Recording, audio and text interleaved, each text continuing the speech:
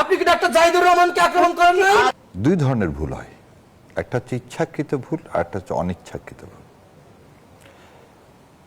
ওই জুতা মেরে গরু দানের মতো অবস্থা। কথা হচ্ছে সে কি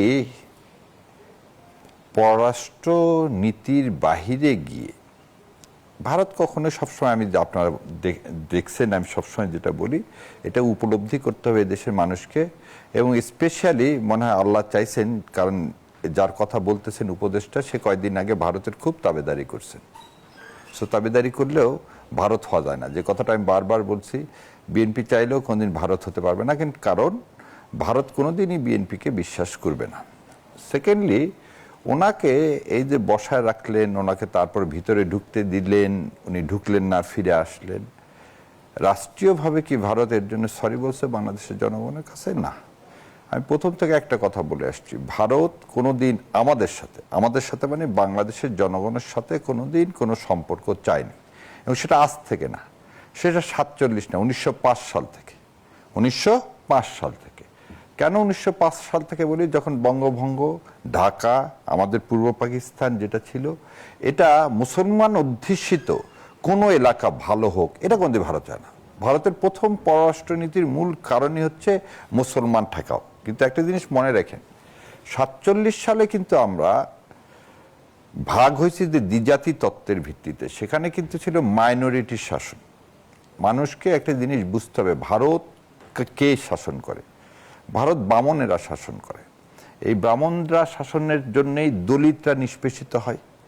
এই মানে হিন্দু মুসলমান না, নিম্ন শ্রেণীর মানুষ এখনো তাদের অস্পৃশ্য, তাদের ছায়া লাগান যাবে না। সো, এবং আরো একটা অবাক করা বিষয়, আমি মাঝে মাঝে চিন্তা করি, আমাদের অনেক ভাইরা বলে ভারত একটা বৃহৎ শক্তি, সেই শক্তির পাশে বাংলাদেশ আসলে তাদের সারা কোনদিন সার্বভৌমত্ব পাবে না।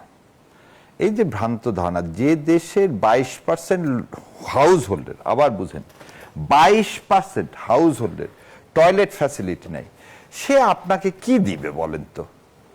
হাসিনার সময় দেখেন, হাসিনার সময় 1,05,000 কোটি টাকা এসালম লুট করছে, আর পুরা হাসিনার সময় আপনি ভারত থেকে লোন করছেন 98,000 কোটি টাকা। তার মানে আপনার টাকা দিয়ে আপনাকে ঋণগ্রস্ত করছে হচ্ছে ভারত। এ হচ্ছে ভারত।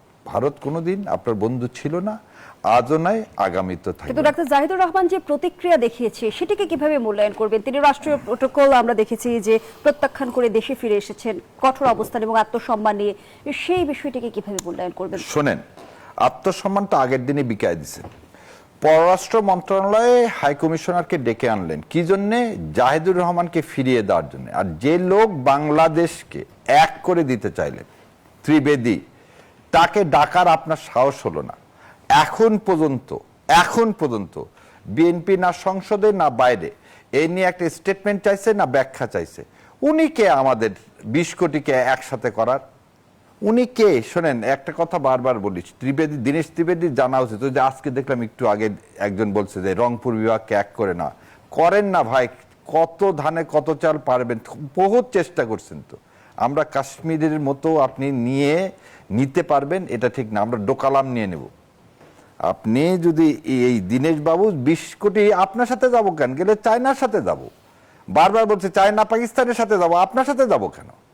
সো আপনার নিজের দেশ আগে ঠিক করেন, তারপর আমাদেরকে এক করতে এসেন। আর এক করার, শোনেন, ভারত আমাদেরকে কখনো এক করতে পারবে না, এবং সেটা পারবে না। মিলিটারি পাওয়ার যদি ভারত আমাদেরকে করতে দেয়, ভারত টুকরো টুকরো হয়ে যাবে। কারণ ভারত আমাদের দিকে আগালে চীন এবং পাকিস্তান আগাবে, এবং চীন এবং পাকিস্তান আগালে ভারত 17 টুকরা হয়ে যাবে। সো ভারত মনে হয় এতখানি বোকা না, এটা করবে। ভারত সবসময় কি চায়? এখানকার মানুষকে ভয় দেখিয়ে, এবং এখানে যারা ক্ষমতায় থাকে তাদেরকে তাদের নিজের হাতে নিজের স্বার্থে ব্যবহার করার জন্য। এবং যেটা দেখতেছি আমরা, বিএনপিও বারবার ভুল করতেছে, সেজন্য মাসুল দিচ্ছে। যখনই ভারতের পক্ষে কথা বলবে তখনই মাসুল দিতে হবে, এবং এই মাসুলটা মানে মাননীয় প্রধানমন্ত্রী। শাহরিয়ার কবির, বিএনপি কি ভারতের পক্ষে কথা বলছে? ভারতের বিপক্ষে কথা বলার মতো এখন একটা পর্যন্ত দেখিনি, কারণ ভারত তাকে ক্ষমতায় বসাইছে। দীনেশ ত্রিবেদী যখন এত বড় একটা দুঃসাহসিক কথা বলে, উনি তো পরের দিনে আপনার দীনেশ এই ত্রিবেদীকে বলে অভিযোগের কেন? ভিত্তি কি যে ভারত বিএনপিকে ক্ষমতায় বসিয়েছে?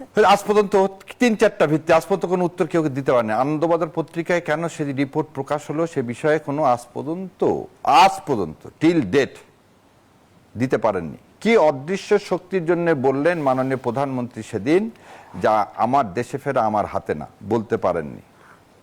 যখন রয়ের কাছে বলা হয়, এই কালকে বোধহয় একটা জিনিস দেখলেন, সালাউদ্দিন সাহেব সম্পর্কে বললেন যে শিলংয়ে থেকে যদি সম্পদের পরিমাণ বৃদ্ধি পায় তাহলে সবার শিলং যেয়ে থাকা উচিত। আর ওই আমাদের এই উনি হচ্ছেন প্রফেসর মানুষ শহীদুল সাহেব, উনি যে কথাটা বলছেন, ওনাকে ট্রেনিং দিয়ে নিয়ে আসা হলো রে ভাই। আপনি যে আরামায়েশে ছিলেন, একটা দেখেন তো গুম হলে এরকম আরামায়েশে থাকে কেউ?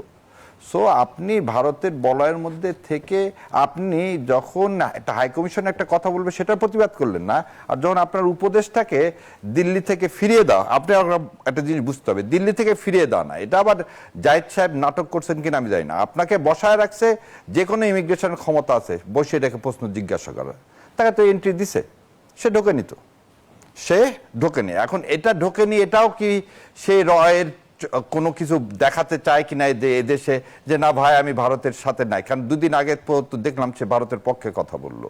সো আমরাও যখন তাকে এজেন্ট বলি, সেটা হয়তো মিথ্যা প্রমাণের জন্য এই নাটক করতেও পারে।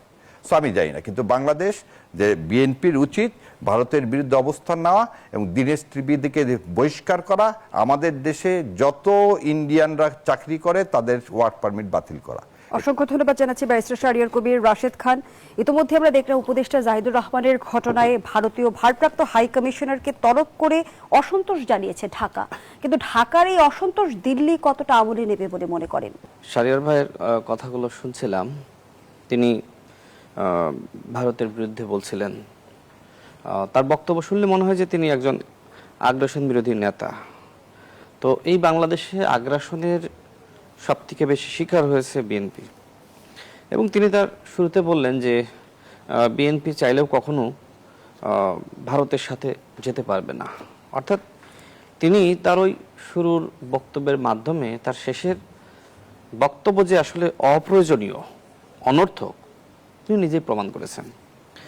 যাই হোক, এখন ডাক্তার জাহিদুর রহমান, তিনি আমরা দেখেছি যে শেখ হাসিনার আমলে তিনি ফেসবুকে, ইউটিউবে তার মতামত বিশ্লেষণ করতে আমরা দেখেছি। সেই সময় ভারতীয় আধিপত্যবাদের বিরুদ্ধে তিনি অনেক বক্তব্য রেখেছেন, যে কারণে শেখ হাসিনা রেজিমেই তাকে আসলে ভারতে ব্ল্যাকলিস্টেড করা হয়, এবং তিনি মাননীয় প্রধানমন্ত্রীর উপদেষ্টা হওয়ার পরেও সেই লিস্ট থেকে আসলে তার নাম বাদ দেওয়া হয়নি। আর সম্ভবত আমি যতটুকু গণমাধ্যমে দেখলাম যে তিনি আসলে কূটনৈতিক পাসপোর্ট না, সাধারণ পাসপোর্ট নিয়ে সেখানে গিয়েছিলেন, এবং এটি একটি সরকারি সফর ছিল।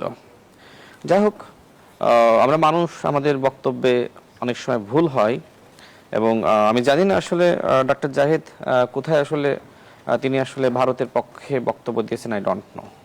হয়তো আপনার তার সব বক্তব্য ভালো লাগবে না, কারণ তিনি একসময় ফেসিবাদ বিরোধী লড়াইয়ে তিনি অনলাইনে জনমত তৈরি করার জন্য কাজ করেছেন। শাহরিয়ার কবির ভাইকে আমরা এখন দেখছি যে জামাতের পক্ষে তিনি অনলাইনে টকশোতে জনমত তৈরি করার জন্য কাজ করছেন। আমরা ফেসিবাদ বিরোধী লড়াইয়ে যদি শাহরিয়ার কবির ভাইয়ের এখনকার যে ভোকাল, ওই ভোকাল আমরা যদি পেতাম তাহলে খুব ভালো লাগতো। ডাক্তার জাহিদুর রহমানকে যেভাবে পেয়েছিলাম, আমাদের ব্যারিস্টার শাহরিয়ার ভাইকে আমরা সেই সময় পাইনি। আমার কাছে মনে হয় যে এরকম শাহরিয়ার ভাইরা যদি আগে থেকেই তাদেরকে আমরা এইভাবে সোচ্চার মাঠে বিপ্লবী বক্তব্য, আগ্রাসনের বিরুদ্ধে বক্তব্য পেতাম না। আজকে কি আপনার শুনেন, আমাকে প্রথম কথা না না, আগে ভালো 1 মিনিট আমাকে বলেন। আজকে যদি আমি জানতাম আপনি আসছেন, আপনি এখানে প্রশ্নটা কি ভারতের বিরুদ্ধে বলতে আসছেন না শাহরিয়ার কবিরের বিরুদ্ধে বলতে? আমি জানলাম আপনি তো শাহরিয়ার বিরুদ্ধে জানেনই না। আপনি যে এইভাবে ব্যক্তিগত আক্রমণ ছেড়ে ভারতের পক্ষে না বিপক্ষে সেটা বলেন। আপনি কথা বলেছেন না। না না, আমি তো আপনার বিরুদ্ধে একটা কথাও বলিনি। আমি তো মনে হচ্ছে যে আপনি আমাকে শাহরিয়ার ভাইকে ছেড়া তুলতে তোলেন। আপনার তো আপনি তো ওই জন্য যোগদান করছেন, আর তো কোনো কথা নেই, বলে দেন। এবার শুনে যাচ্ছি না, আপনি উত্তেজিত হচ্ছেন। আপনি এই ব্যক্তিগত কাজটা কন্টিনিউয়াস করে যাচ্ছেন। ব্যক্তিগত কাজ মানে কি? আপনাকে কি এই জন্য অ্যাপয়েন্ট করছে হ্যাঁ, আপনাকে কি এই জন্য আপনাকে আমাকে অ্যাপয়েন্ট করছে? হ্যাঁ, তাই তো মনে হচ্ছে। তাই তো মনে হচ্ছে এই বাংলাদেশের নরেন্দ্র মোদী আগমন বিরোধী আন্দোলন আমি রাশেদ খান করেছি, আপনি শাহরিয়ার কবির করেন নাই? না না, শোনেন, আপনি হঠাৎ করে আপনি যে লোকটা যে ছিলেন আমাদের সাথে সহযোদ্ধা, আচ্ছা। হঠাৎ করে আপনার এই ভুল পাল্টালো কি জন্য? এটা তো আমাকে আপনি বলেন আপনাদের কথাই কথাই মানে এত ঠুনকো জিনিস, না যাই ব্যারিস্টার সাহেব আসলে এত ঠুনকো জিনিস। কিনা শোনেন, আপনি তো রয়ের এজেন্ট হতে পারেন, আপনি যে এইভাবে রয়ের বিরুদ্ধে বলছেন, রয়ের প্রশিক্ষণ তো এমন হতে পারে যে আপনার আসলে রয়ের প্রকৃত এজেন্ট হয়ে কাজ করার জন্য আপনাকে বলছে যে রয়ের বিরুদ্ধে বলতে। এটা খুবই ভালো, এটা ভালো জিনিস। আমি খুব খুশি হব যদি আমি রয়্যাল এজেন্ট হতে পারি। আপনি ভুলভাল কথা বলবেন আর সেটা উত্তর দিলে বলবেন ব্যক্তিগত আক্রমণ, মানে কি? তাহলে এইখানে আমি কেন কথা বলেন? আপনি আপনার কথাটা বলেন। আপনারা বলেন যে ভালো খেলোয়াড় আসলে খেলবো না।